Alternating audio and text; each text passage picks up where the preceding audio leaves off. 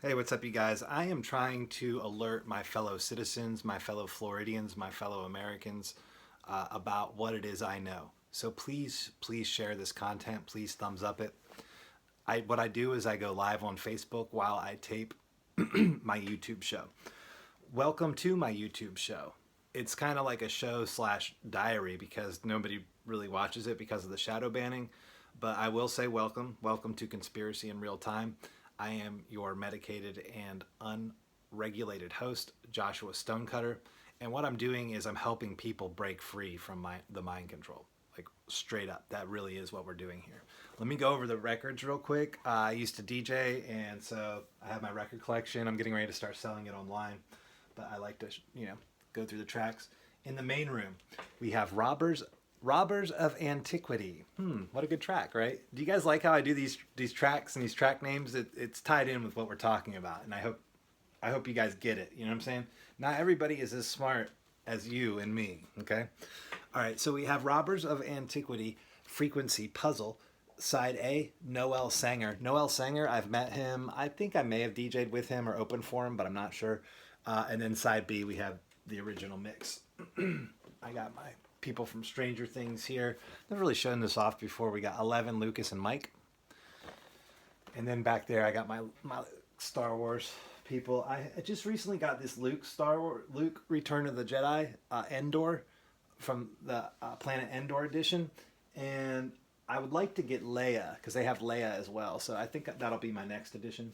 All right, let's go on to the next track. The second track that we have here is Paragliders Lithium. And we have side A, Lithium 1, and side 2, Lithium 2. This is a track that was made in Germany. Paragliders, awesome, awesome stuff. I think Foolish is the name of the label, the record label, but I'm not sure. So, two good producers, two good tracks right there. All right, these are the topics that we're going to talk about. We're going to talk about hand signals, the hand signals of the Stasi, the SS. This stuff is tied in with what was going on in Nazi Germany, you guys. It's like the things that I'm experiencing, the things that every American is going through right now, it's all tied in with the same type of stuff that we saw happening in Germany during the Nazi occupation, just to be clear. I bounce around on my show a lot from like lighthearted stuff, the music, to like, boom, we're talking about Nazis. All right, so, okay, we're going to talk about the hand signals of the SS. We're going to talk about how our memory and my memory has been corrupted. And that's tied in, that's kind of a double topic. We're going to talk about being targeted in America or living in America today. And then lastly, our third topic, we're going to talk about murder and sacrifice because it's Sunday. It's murder, it's sacrifice Sunday. You know what I'm saying? It's going down. It goes down today, tonight. Believe me. I know that it does. All right, let's get back on topic. First topic, hand signals of the Stasi, SS, okay? It's interesting because in researching this stuff, I found the hand signals that they used back in Nazi Germany. Let's go over them real quick because these are the hand signals that you're going to see being used in every big city right now in America, okay? There's this one right here, and I don't really know the difference there, but they'll use both of them. And they'll do this like when they're entering a building. So you want to, I guess, like what you want to look for is when people are going out to eat, when people are crossing the street, or when it's when they're entering a place. Do you see what I'm saying? It's part of their entrance, okay? So there's the hand on the neck, and then there's this one, which is like the way I remember it is it's like the opposite of the Pledge of Allegiance. Now, there might be something going on with the finger placement. If there is, I haven't gotten that far. Let's see. Okay, and then there's this one, which we all know, right? The whisper. And then there's my personal favorite, this one. The sign of disapproval. I disapprove of you. And they'll do this like, okay, so like if I'm talking with somebody, interacting with somebody, the person who's talking to me, who's looking this way, they might have somebody back over here going like this at me. So it's a signal. Do you see what I'm saying? They're signaling to each other so that they know, oh, we disapprove of this person. This is Joshua Stonecutter. We disapprove. I disapprove of you. So when they walk into a restaurant to see the hostess, they're going to do one of these numbers or one of these numbers. If they're in the SS, this stuff is tied in with the gang stalking. I'm starting to think a lot of, okay, so like this is the way it works. They're not actively out following you around. The way it works is they are already out in public anyways, and you are entering into their territory or wherever they are, and then when that happens, they then mess with you. And it is systematic. It is being done to you. I don't know who else it's being done to, but I think it is being done to a lot of other people. Most people just don't realize this is going on. And I think that's one of the reasons why they don't like people using amphetamines, because amphetamines will wake you up to this stuff real quick. This stuff was used in Nazi Germany during World War II. I don't know how else you want me to put it. And it's being used in America right now in all the big cities. It's just that simple. It is the most repressive secret police situation. It is the most repressive secret police since the Stasi in Nazi Germany. Now, what you want to do, I'm sure you're asking some questions. How on earth would we have all this Nazi Germany stuff going on here in America? Just research Operation Paperclip, and that will give you a little glimpse into some of the stuff that happened after World War II. We took all their scientists and stuff. We took all their scientists and we bribed them and paid them and got them to come over here and work for us. But the thing is that this is where it gets creepy. Even though we fought Germany in that war, Hitler and our politicians are all doing this. He's doing the same thing that they're doing behind the scenes, which is all this occult worshiping of the snake. You know what I'm saying? Dan Brown says the lost symbol is a hand or whatever, but that's not the lost symbol. The lost symbol is the eye. That is the lost symbol, okay? And that's what you guys need to realize. The lost symbol, because Dan Brown's book is misinformation, right? So the lost symbol, there is a lost symbol, and it is the eye. That's why you see it across all these different spectrums and all these different areas. That's why I don't trust Joe Rogan. And that's why Joe Rogan will never have me on his show. Because the people who he's being influenced by, the people that he's looking up to, they're being influenced by the eye. And it is a pyramid scheme. It's a greased up, bloody pyramid scheme. All right, let's get off that topic. The hand signals, it's just, you got, so they're signaling to each other, okay? They're signaling to each other, and I think there is some correlation to the targeted individuals. They do this thing with the sunglasses, right? Where they raise and tap their sunglasses around, and it's to let each other know that they see each other, and or to let each other know that they see the targeted individual. But those are the hand signals, okay? And they are being used right now. If you don't believe me, go into any city, any big city in America, and you'll see. Next topic. Let's go on to the next topic. The next topic is our memory, my memory, has been corrupted. This is my situation. I'm just going to run through it. I only interacted with adults growing up. That's how my parents had it set up for me. I also had fake friends that were chosen for me by my parents. I don't even know like how much of the time I was like really conscious, because I know that I was being drugged. I know that I was being drugged. I was being tested on, and I was definitely being abused and neglected. But they've chosen, this is where it gets weird, they've also like chosen girlfriends for me as well. Or they've laid out like 5 picks for me, and every single one of them, behind every single door, was one of them. There's a chance that I was actually related to my high school girlfriend. And I thought that like we were losing our virginity together and stuff, you know what I'm saying? Like, no. So like, what I know is I know I was drugged growing up. And this is all connected to the University of Florida.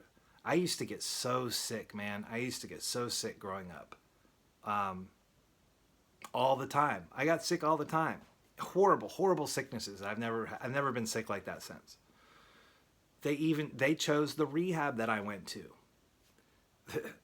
And now that I've started digging around and asking questions about this, I don't actually have anybody. I don't have anybody in my family to talk to, because when I've gone to talk to them about this, about me having these recalled memories and it's been more about me connecting the dots. It's been more about me connecting the dots than recalled memory, although there has been a little bit of recalled memory. I don't want to recall any more memory. Like, I know enough. I've dug around enough. I've found enough. I found what I was looking for. I've answered I found the answers to numerous questions. I found the answers to questions that I'm only just now asking. So, like, you would think that after all this, like, there would be some kind of pot of something at the end of the rainbow, but there's not. Now I don't have anybody in my family. I don't think I'm going to get any inheritance whatsoever. And I'm definitely, really the big thing, is that I'm not going to get any closure on this stuff. No closure whatsoever. Like, I don't know if you guys watched my last episode, but in my last episode, I said very clearly, like, yo, I dug up, like, I hit a piece of this, whatever is underground. I dug some of it up with a shovel and was tapping on it with my shovel. You know, they want me to forget about all that crap. I'm never going to be able to talk to them about that. Do you see what I'm saying? And I have a sneaking suspicion if I go to the current homeowners and ask them what's going on, they're just going to lie to me as well, because whoever's in that house now had to know what type of house it was. And who knows, maybe they were just responsible. Maybe it's a big gear system and all they were responsible for doing was just going down there and throwing oil on it or something like that. Some kind of maintenance, you know? You don't know. You never know. But I do know this, you guys. They are getting around down there. And I'm 99% sure that they're doing it in elevators. Schindler elevators and ThyssenKrupp elevators in particular. ThyssenKrupp elevators. If you look at the construction of some of these buildings where I know that there's people coming, because this is the thing, you guys, and I'll say it again, I'm looking at these little boutique shops, right, that only fit comfortably maybe like 5 or 6 people in them, and then it gets crowded. And I'm watching 6 people go into a building and then they don't come out. I mean, come on. 6 people walk in, they don't come out. And then like 4 people will come out that didn't go in. And then 4 more people will come out, and 4 more people will come out. And I'm like, whoa, what is going on here? So these buildings, they have something in common. One of the things I noticed that they have in common is they stare up. You know what I'm saying? Like, I'm trying to think of how to, because I'm not good at describing stuff. It's all like this. Do you see what I'm saying? It goes like that. All the buildings are like that. And I couldn't figure out why did they need to be like this? And then I realized it's because they're getting around in elevators. That's how they're moving around. That's how they're moving around down there. Like, I think at like the high speeds and stuff. Who knows? They might have like trains and crap like that down there too. I really don't know. But it looks like there are cities underneath every single city. And these portals that are going into people's houses and stuff, they are in your neighborhood. This is happening in your neighborhood. Like, believe it. On your street, this is happening. This is why I'm shadow banned. Look, do you know what I tried to do yesterday? I tried to boost, because I go live on Facebook when I'm doing this. I made a Facebook page called Conspiracy in Real Time. I don't have really any followers on it, but I just started it like a week or 2 ago, okay? Well, on Facebook, you can pay money to boost your post, which is you're just paying money for them to advertise it and to get you more viewers. Well, I said, okay, I'm getting like 1 viewer, 2 viewers.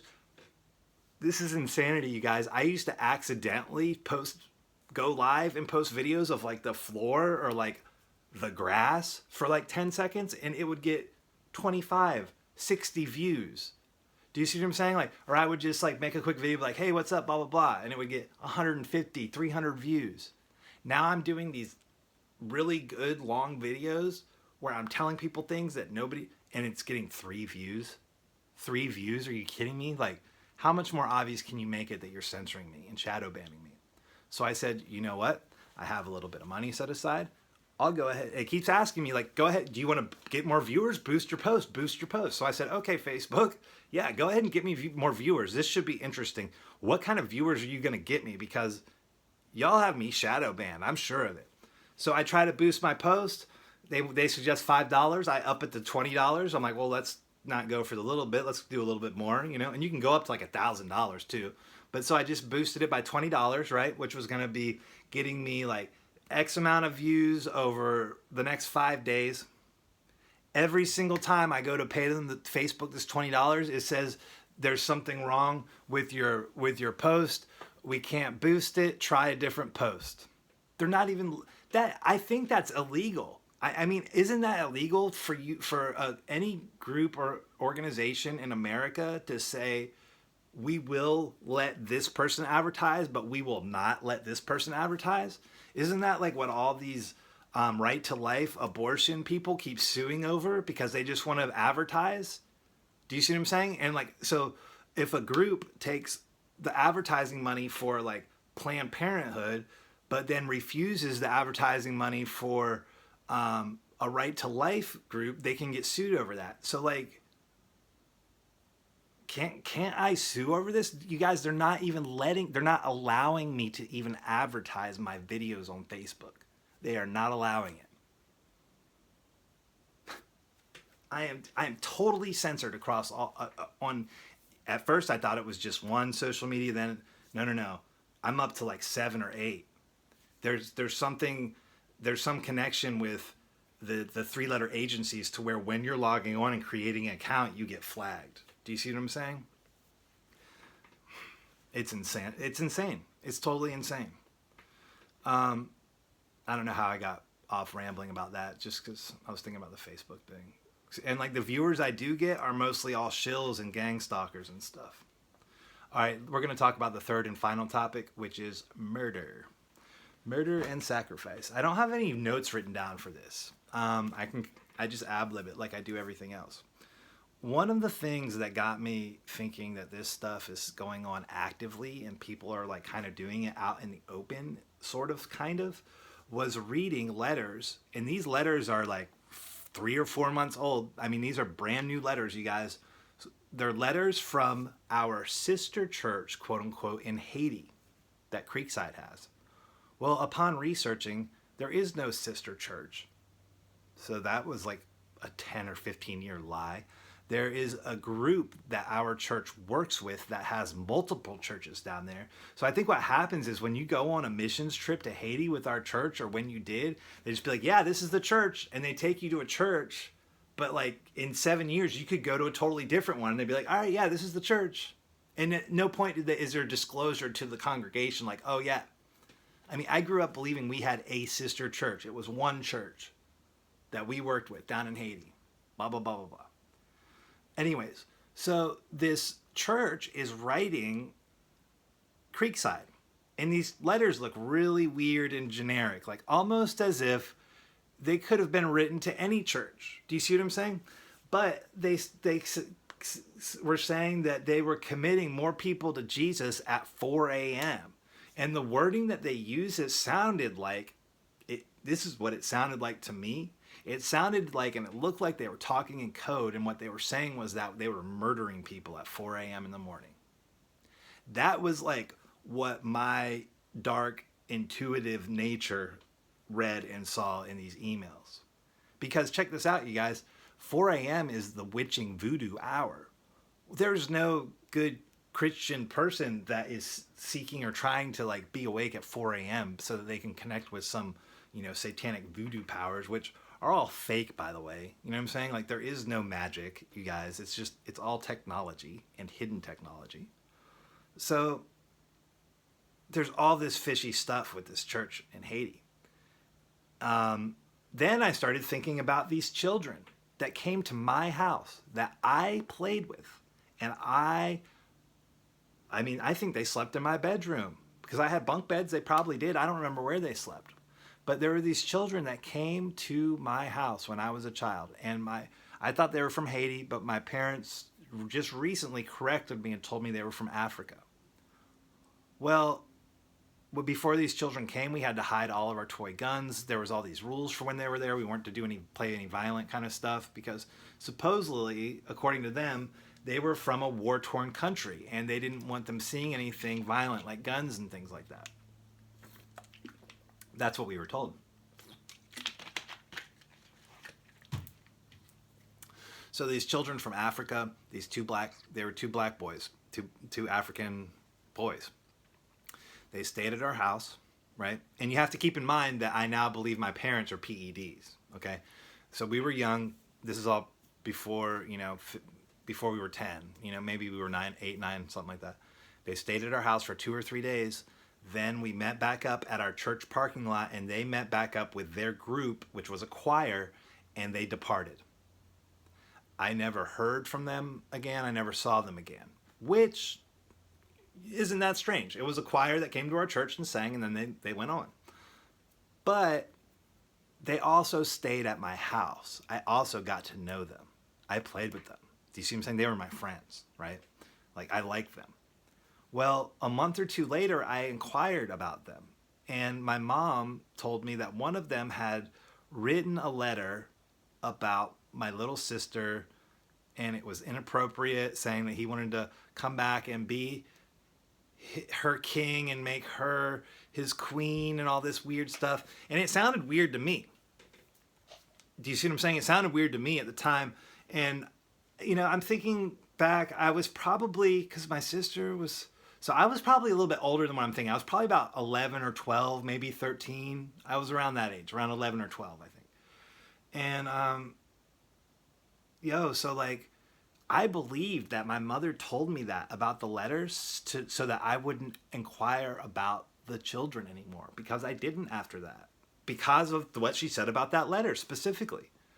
But just recently, when I started having all these revelations, that was like a really big moment that happened with me recently. And the person I call my father and my mother was me asking them, like, yo, what is the deal with these kids? Like, did they even return to Africa? Because I'm sitting here thinking about it.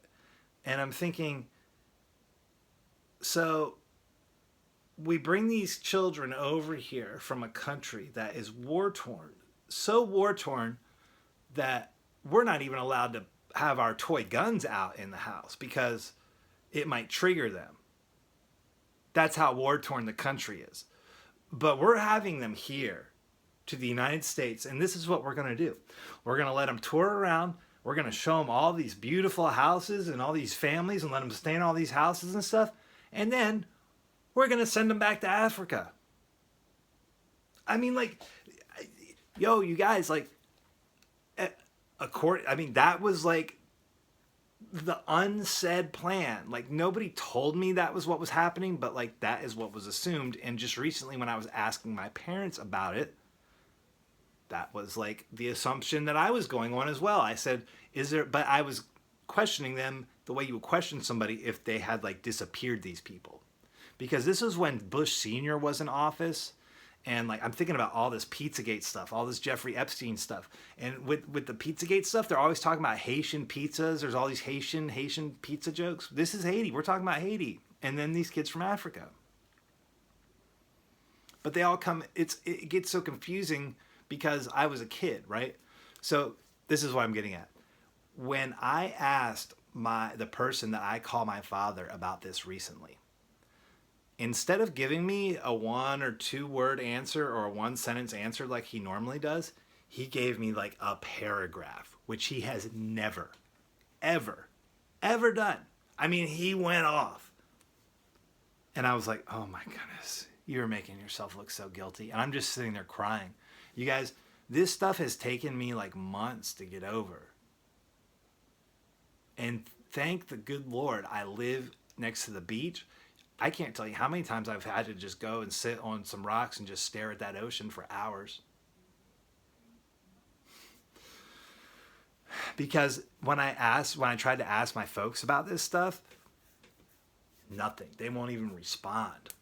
Nothing. And then it got to the point where I wanted to go and investigate and look in our childhood photo albums to see if there was any connection to our childhood home, which you can see here if you look at the camera, and Freemasonry or King Solomon's Temple. And that was when I found out that my mom had been lying to me for the last year and a half. In our childhood photo albums, next to pictures of this, there's the blueprints for Solomon's Temple. For Solomon's Temple, the same temple that I've been asking my mom about incessantly. I mean, I've been talking her ear off about it. And she'd be like, "Oh yeah, I just never heard about this stuff, and what you're saying is confusing, and there's nothing like that with our house." I would know. Well, she's the one that put the blueprint next to Solomon's Temple, next to our house, in the photo album. As soon as I opened up our photo albums, it was so obvious. You know what I'm saying? It was so obvious. But you want to know what to look for. That's all it is. That's all you're looking for. Just those two little posts in the triangle up top. That's it. Very, very subtle. Just the two posts in the triangle up top. And you'll see them out front of churches and all sorts of places. And I think, so this is where it gets confusing. That is a sign that it's either a PED house / like satanic like murder house, or that it's a portal. That it's like a portal house, I think. I believe. And that's probably why I'm on the DHS, watch list, because if I'm right, you know what I mean? But who knows? Yeah, I certainly don't. I'm not I'm not in the FBI. I'm not in the Department of Homeland Security or with the NSA or anything like that. I just have questions about this stuff. And it was when I started asking questions that things got crazy. And I don't mean me, I mean other people started acting crazy. And other people started acting really weird. And the real kicker is, while they start acting crazy and while they're acting really weird, they're sitting there telling me that I'm acting crazy. It's hilarious. I mean, it's ridiculous. And it is the narcissistic abuse. There is a brighter side to being on the top side, because, and when I say the top side, I mean like being up here, and I'm going to go through that stuff. I'm going to try to end on a positive note, and then I'm going to bounce. The brighter side of being top side, there's the fresh air up here, which is really nice. As soon as I get done with this, I'm going to open up my windows.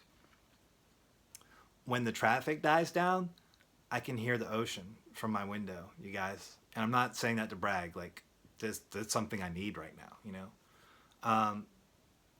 when you're topside, there's the freedom to roam around. You can drive around, go to parks or whatever if you want to. There's also no double life. I don't have a double life I'm living. Do you see what I'm saying? Like, I'm not another person. If you take the time to talk with me on the street when I'm doing petitions, because that's what I do. I collect signatures on petitions out on the street. This is who you get. Do you see what I'm saying? Like, when I'm collecting signatures, I of course act different because I'm working and I have like a little thing I do when I'm working. But if you catch me when I'm not working for a few minutes and you want to have a real conversation with me, this is what you get. This is me. You know what I'm saying? Like, I'm not acting like the person I want to be right now. This is just me being me. All right, so there's no double life. Do you see what I'm saying? There's no double life. I don't have to be careful of anything that I say.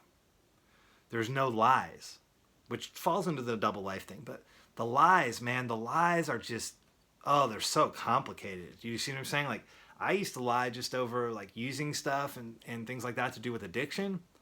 And it was very few and far between that I lied, but just those things, just those few incidences, man, those were all the lying, man, all the lying. And also, when you're the brighter side of being topside is there's not as much murder. There's not as much murder going on, because I believe once you're down there, I believe it's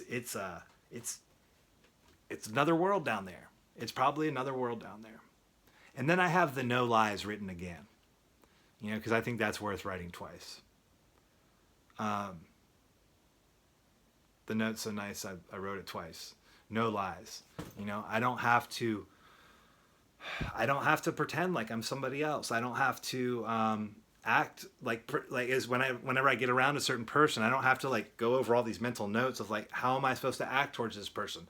What can I say to them and what can I not say to them and yada yada yada. You know, I don't know. So there is some good things, some the brighter side to being topside. Another thing is to get access to these elevators, to be able to travel underneath the ground, presumably through the earth and stuff like that.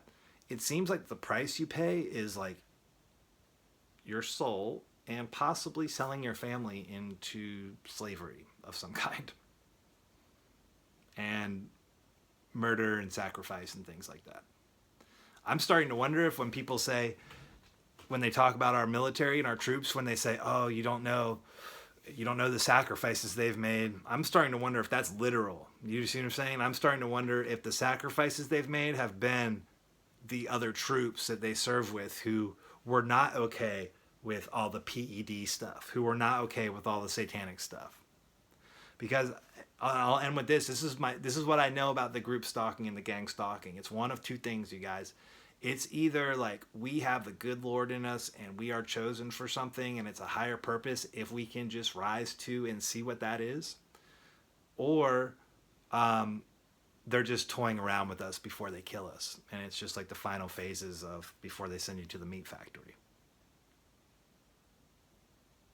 I don't know. I do know this.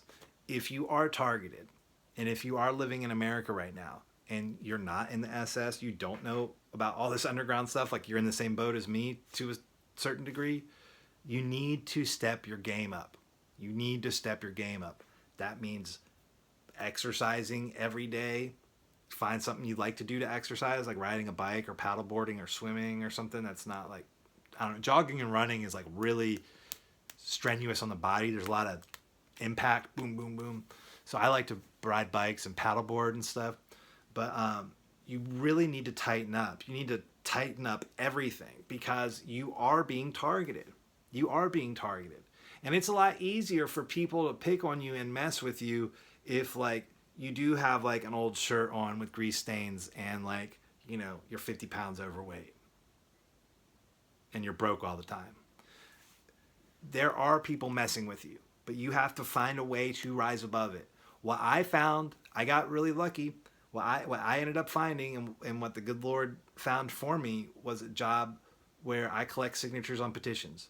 And some of the campaigns and some of the jobs pay well enough to where I'm able to keep my mental sanity and make like a decent amount of money. You know, I'm able to pay my bills right now, which is like not normal for a targeted individual. Targeted individuals are usually like close to homeless or homeless. And just to be clear, I'm like always a step or two away from being homeless.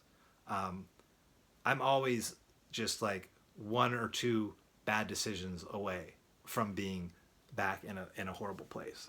And that goes back into what I'm saying about stepping your game up. If you are living in America and if you are targeted at all, you have to step your game up. You have to tighten up and sharpen up because these people are cutting us no slack.